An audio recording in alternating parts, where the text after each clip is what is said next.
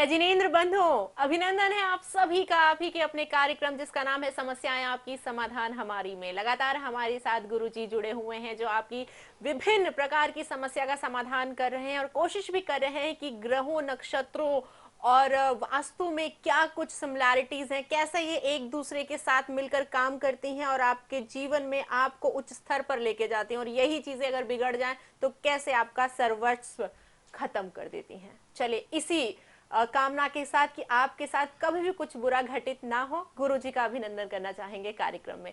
जय जिनेंद्र सर, जय जिनेंद्र, स्वागत है आपका। बहुत बहुत धन्यवाद, बहुत बहुत जी धन्यवाद। बिल्कुल। गुरुजी, अक्सर हम चर्चा कर रहे हैं, शुरुआत में अपने प्रश्न से लेती हूँ, बाद में दर्शकों के प्रश्न शामिल करते हैं कार्यक्रम में। आज का मेरा प्रश्न आपके लिए ये रहेगा कि हम नक्षत्रों की चर्चा करते हैं, नक्षत्रों के बारे में बात करते हैं, उनसे पहले ग्रहों के बारे में चर्चा करते हैं, लेकिन नक्षत्र को हम कहीं ना कहीं पीछे छोड़ देते हैं। वो तो बाद में पता लगता है कि जब हम किसी ज्योतिष आचार्य के पास जाते हैं, तब वो बताते हैं कि आपके नक्षत्र आपके फेवर में है या नहीं है। तो सीधे सीधे यही पूछना चाहूंगी कि नक्षत्र का किसी की कुंडली में या किसी की जातक के जीवन में क्या प्रभाव होता है, क्या प्रभाव डालता है नक्षत्र अपना? बहुत बढ़िया, बहुत बहुत धन्यवाद। सर्वप्रथम, नक्षत्र क्या है, नक्षत्र कितने होते हैं, नक्षत्र के क्या कोई स्वभाव है? हाँ, नक्षत्र 27 होते हैं, 27। 27 नक्षत्र होते हैं। 27 नक्षत्रों में शायद मैं पूर्व में इस पर डिस्कस किया नहीं किया, मुझे याद नहीं है। मैं बताऊं, 27 नक्षत्रों में कुछ स्थिर नक्षत्र होते हैं, कुछ अस्थिर नक्षत्र होते हैं, कुछ स्थिर नक्षत्र, कुछ अस्थिर नक्षत्र, और कुछ नक्षत्र जो होते हैं वह नपुंसक नक्षत्र होते हैं। तो जो स्थिर, अस्थिर और नपुंसक नक्षत्र होते हैं, तो उनका प्रभाव अलग अलग जीवन में पड़ता है। जैसे मूल नक्षत्र में बच्चे ने जन्म लिया, मूल नक्षत्र में जन्म लेने वाला जातक जनरली मैंने देखा, कई बार देखा, 28 साल का बच्चा हो गया, 30 साल का बच्चा हो गया, 32 साल का बच्चा हो गया, बेटी आपकी 35 साल की हो गई, शादी नहीं हो रही, वो सीए कर रही थी, 35 साल की हो गई, 30 साल की होगी, सीए कंप्लीट नहीं हो रहा है। वो डॉक्टर करना चाहती थी तो एमबीबीएस तो हो गया, अब उसका एमडी नहीं हो पा रहा है, एमएस नहीं हो पा रहा है, पोस्ट ग्रेजुएशन नहीं हो पा रही।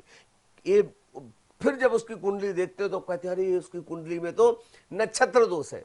क्या नक्षत्र दोष है? ये भैया मूलों में इसने जन्म लिया है, मूल में जन्म लिया है। मूल में जन्म लेने वाले जातक के साथ नियम से उसके लिए घातक तो होता ही है, उसके पिता के लिए भी घातक होता है। अगर बड़ा मूल नक्षत्र में जन्म लिया, प्रथम चरण में जन्म लिया, एक नक्षत्र की मैं आपको एक और बताऊं, नक्षत्र 27 और प्रत्येक नक्षत्र के 4 चरण होते हैं। तो ऐसा अगर 27 × 4 करेंगे तो आपका 108 आएगा, 108 आएगा। 108 माला से नमोकार मंत्र की जब आप 108 मंत्रों से माला करते हैं तो 108 भेद नक्षत्र के सारे दोष अपने आप दूर हो जाते हैं।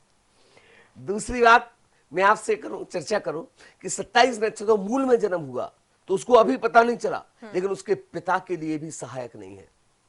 पिता या जिद्दी होगा, गुस्से वाला हो सकता है। पिता के लिए कहा गया अगर नक्षत्र में जन्म लिया तो जब तक नक्षत्र दोष की शांति नहीं करवा ली तब तक बेटे का, बच्चे का मुंह मत देखो, वरना आपके लिए वह दोष लगेगा। नक्षत्र में अगर उसका मूल नक्षत्र में जन्म हुआ है तो कहते कि भाई इस बच्चे की तुरंत मूल में शांति करा दो 27 दिन के अंदर। अगर नक्षत्र की शांति नहीं करवाई तो आगे चल के उसके जीवन में बहुत ज्यादा दिक्कतों का उसे सामना करना पड़ता है। तीसरी बात मित्र मैं आपसे करूं, वो बात यह है, जैसे मान लीजिए रोहिणी नक्षत्र में जन्म लिया किसी बालक ने, कृष्ण भगवान का जन्म था रोहिणी नक्षत्र में, तो कृष्ण भगवान के रोहिणी नक्षत्र में जन्म लेगा तो बहुत सारी गोपियां होंगी, और कोई बालिका जन्म लेगी तो उसको गोपी बहुत हो जाएंगे। तो ध्यान रखना, तो ये सारे नक्षत्रों का अपना अलग अलग प्रभाव होता है। स्वाति नक्षत्र में लेने वाला बहुत सौम्य होगा, पुष्य नक्षत्र में लेने वाला बहुत मृदुभाषी, जिसे आप कहते इतना पोलाइट है एक्सवर्धन व्यक्ति कि उसके बारे में जितनी तारीफ करो उतनी कम है।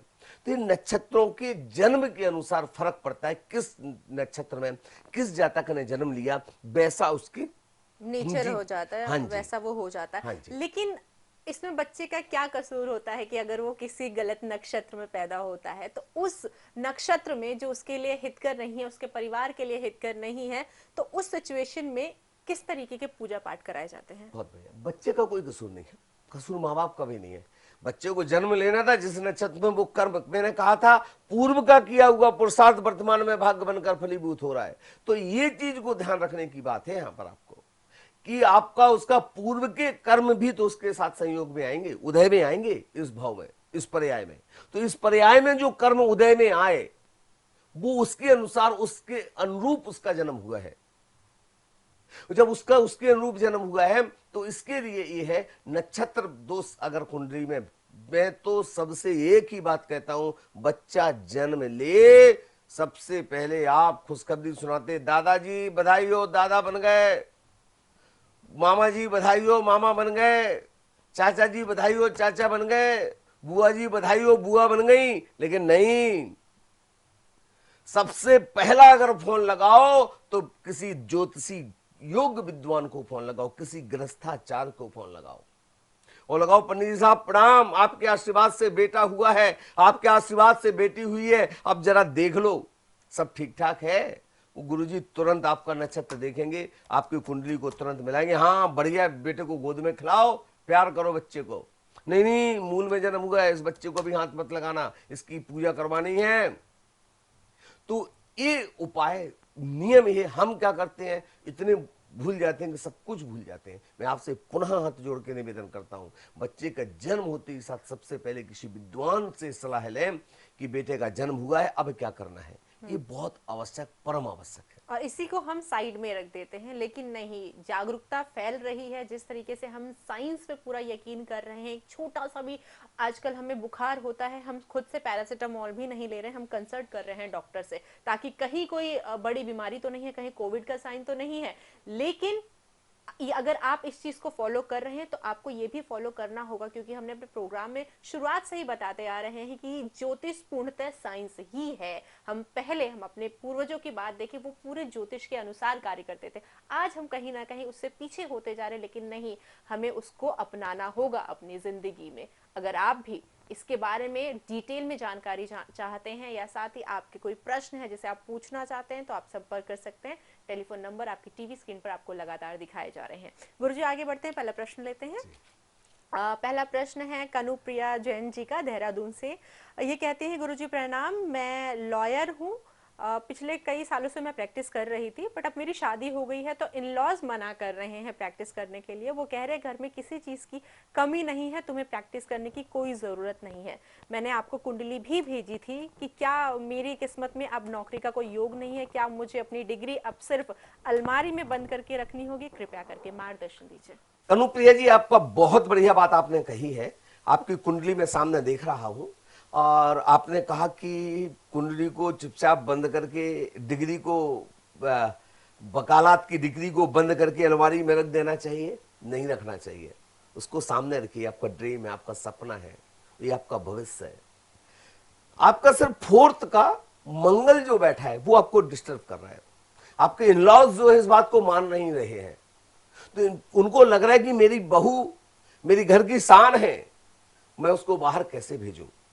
आप उनको विश्वास दिलवाइए। तो विश्वास दिलाने के लिए वाणी से नहीं, क्रिया से, तंत्र क्रिया। तंत्र क्रिया का मैं एक बार पहले कर चुका हूं जिक्र। तंत्र का मतलब ये नहीं कि आपको अघोर विद्या के पास जाना है। तंत्र क्रिया से तात्पर्य है मेरा कि आप मंगल की आप जाप करें। मंगल की जाप करने के लिए वास्तुज भगवान 12वें नंबर के तीर्थंकर के वास्तुज भगवान की जाप करें, चालीसा करें, आराधना करें, भक्ति करें, गुणानुवाद करें। अपने आप आपका मंगल मजबूत होगा, और घर के परिवार के लोग, लॉज आपको कहेंगे जा बेटी, जा बेटी, और जाकर के बहुत अच्छा कर। क्योंकि लग्नेश आपका गुरु है, और लग्नेश गुरु बहुत उच्च का है। मैं दावे के साथ कहता हूं आप बहुत टॉप की लॉयर बनेंगी, और इतनी बेहतरीन लॉयर बनेंगी कि आप निश्चित तौर पर बहुत अच्छा काम कर सकती हैं। फोर्थ का मंगल आपको क्रोधी भी बना रहा है, फोर्थ का मंगल आपको गुस्से वाला भी बना रहा है, तो अपने गुस्से को कंट्रोल करिए। इन लॉस पर गुस्सा नहीं करना है, प्रेम करना है, वात्सल्य करना है, और आपको वास्तु भगवान की आराधना करना है। संभव हो तो छोटी उंगली में। आपकी चूंकि कुंडली के आधार पर मैं अंदाजा लगा सकता हूं कि आपका वजन लगभग 70 किलो के आसपास होना चाहिए, तो उसके आधार पर आपका थोड़ा सा वजन बड़ा होगा। आप लगभग 5 रत्ती का छोटी उंगली में चांदी में बुधवार के दिन एक मोती को धारण कर लीजिए बुधवार के दिन, सोमवार को नहीं, बुधवार को। जनरली सोमवार को धारण करते हैं, लेकिन इस बार आपको बुधवार को धारण करना है। मोती में, चांदी में, सोने में मत करिएगा, चांदी में आप उसको धारण करिए। इससे आपको बहुत परिवर्तन होगा, आपके घर परिवार के लोग मानेंगे और आपकी सारी मनोकामनाएं पूर्ण होंगी। गुरुजी, आपने जैसे यहाँ पर मेंशन किया कि चांदी में ही मोती को धारण करना, और बहुत लोगों से सुना भी है कि चांदी ठंडा होता है, इसलिए उसको सोने में साथ नहीं करना चाहिए। मोती को चांदी के साथ ही करना चाहिए, सोने के साथ नहीं करना चाहिए, क्योंकि चांदी ठंडा होता है। लेकिन फैशन के तौर पर लोग सोने में मोती डलवाते हैं, तो क्या वो गलत होता है? गलत नहीं, बहुत गलत है। क्या होता है, जैसे उदाहरण के लिए कनुप्रिया जी की कुंडली को ले ले। अगर ये हीरा पहनेंगी, शुक्र इनका मजबूत है, अगर ये हीरा पहनेंगी तो हीरा पहनने से इनका मोटापा बढ़ेगा। और आप हीरा पहन रही हो तो उतार दो, वरना आप पानी भी पियोगी तो आपका पानी भी घी का काम करेगा। तो हर चीज का एक अपना अपना स्वभाव होता है। उसी प्रकार से मैं आपसे चर्चा कर रहा था कि आपने कहा कि सोने में अगर मोती को पहन लें, सोने का गर्म होता है और मोती ठंडा होता है, तो सोना और मोती, गर्म और ठंडी दोनों चीजों को एक साथ मिलाएंगे तो विस्फोट होना है वहां पर। तो वो काम को बिगाड़ देगा, आपके स्वभाव को बिगाड़ेगा, इंटरनल आपको गड़बड़ कर देगा, आपकी हेल्थ खराब होगी, आपका स्वास्थ्य खराब होगा। और संबंधित, जैसे आपने सोने में कई बार लोग शौक से पहन लेते, मैं फिर से फिंगर आपको दिखा रहा हूं, अब देखिएगा। अगर आपने कनिष्ठा में उसको धारण किया सोने में, तो आपका ब्रेन से संबंधित आपको दिक्कतें आएंगी, क्रोध आएगा, चिड़चिड़ापन आएगा, हाइपर हो जाओगे आप। अगर आपने इसको अनामिका में धारण किया तो आपकी यश नाम सम्मान में, ख्याति में दिक्कत देगा। अगर आपने मध्यमा में इसको पहन रखा है तो आपको धन की प्रॉब्लम आना चालू हो जाएगी। अगर आपने इसको तर्जनी में पहन लिया है तो आपकी वाणी हमेशा कर्कश ही निकलेगी, मिठास नहीं आएगी। तो ये अलग अलग चीजों का प्रभाव होता है। इसलिए मोती हमेशा ठंडा है और चांदी ठंडी है, तो ठंडे के साथ ठंडे को ही धारण करें, वो ज्यादा बेस्ट होगा। यानी ये चीज तो फैक्ट है, हर चीज का इफेक्ट आपकी लाइफ में पड़ता है, चाहे वो छोटी हो चाहे बड़ी, चाहे वो आप फैशन के तौर पर पहन रहे हैं, चाहे वो ग्रहों की शांति के लिए पहन रहे हैं। जरूरी ये है आप कब, कैसे, किस प्रकार से पहन रहे हैं, उसको धारण कर रहे हैं, वो जरूरी है। और ये चीज करने से पहले एक बार आपको ओपिनियन जरूर ले लेना चाहिए। जिस भी ज्योतिषाचार्य पे आप बिलीव करते हैं, तो आप उनको एक बार, आपको उनसे संपर्क करना चाहिए। और आपको लगता है कि गुरु जी से बेस्ट कोई भी नहीं है, तो आपके पास नंबर्स है, आप उस पे मेल कर सकते हैं, व्हाट्सएप कर सकते हैं, अपनी पत्री भेज सकते हैं और तमाम चीजों की डिटेल्स में जानकारी ले सकते हैं। आगे बढ़ते हैं गुरुजी, अगला प्रश्न लेते हैं। राहुल जी हैं दिल्ली से, ये लिखते हैं, गुरुजी मैं आपको अपनी कुंडली भेज चुका हूँ। मेरी परेशानी ये है कि मैं जब भी मकान लेने की सोचता हूँ, पैसे भी होते हैं, लेकिन किसी कारणवश मकान हो नहीं पाता। पिछले 10 साल से अब मैं कोशिश कर रहा हूँ कि मेरा खुद का मकान हो जाए, लेकिन हो नहीं पा रहा है। कहाँ दिक्कत आ रही है? किसने कहा, क्या नाम बताएगा?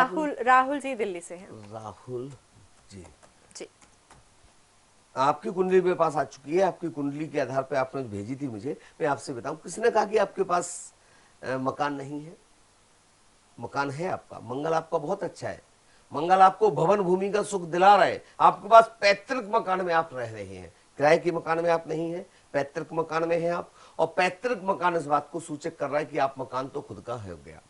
अब रहा सवाल, आप अपनी मेहनत से उसे बनाना चाहते हैं, तो इसके लिए मंगल आपका यहां भी मजबूत है। आप थोड़ा सा, मैं कहूंगा, लगने का मंगल क्रोधी बना देगा, गुस्से वाला बना देगा, तो गुस्से को भी कंट्रोल करें आप। तीसरी बात आप क्या करें कि यहां पर मंगल आपका मजबूत है, तो आप मंगल, जिस दिन भी आप जमीन जायदाद का सौदा करने जाए, तो बाकी के किसी भी दिन में ना जाए, सिर्फ मंगलवार के दिन आप इसका प्रयोग करने जाएं। और मंगलवार को जब आप इसकी जमीन जायदाद का सौदा करने जाएं, तो उसमें 2 काम जरूर करें। पहला काम, घर से निकलने के पहले आपकी जो धर्मपत्नी है उनसे बोलिए आप हमें तिलक करिए, वो आपको तिलक करेंगे। तिलक करने के बाद आप उसको थोड़ा सा गुड़ और थोड़ा सा दही को ग्रहण करिए। एक काम करने के बाद घर से बाहर निकले तो पहला पैर आप राइट बाहर निकालिए, और राइट पैर बाहर निकालने के बाद आप सीधे बढ़ जाइए, पीछे मुड़ के मत देखना। और जिससे मकान की बात करने जा रहे हैं उससे मकान की चर्चा करिए। सुनिश्चित तौर पर उसी मंगलवार को आपका मकान की बात बन जाएगी।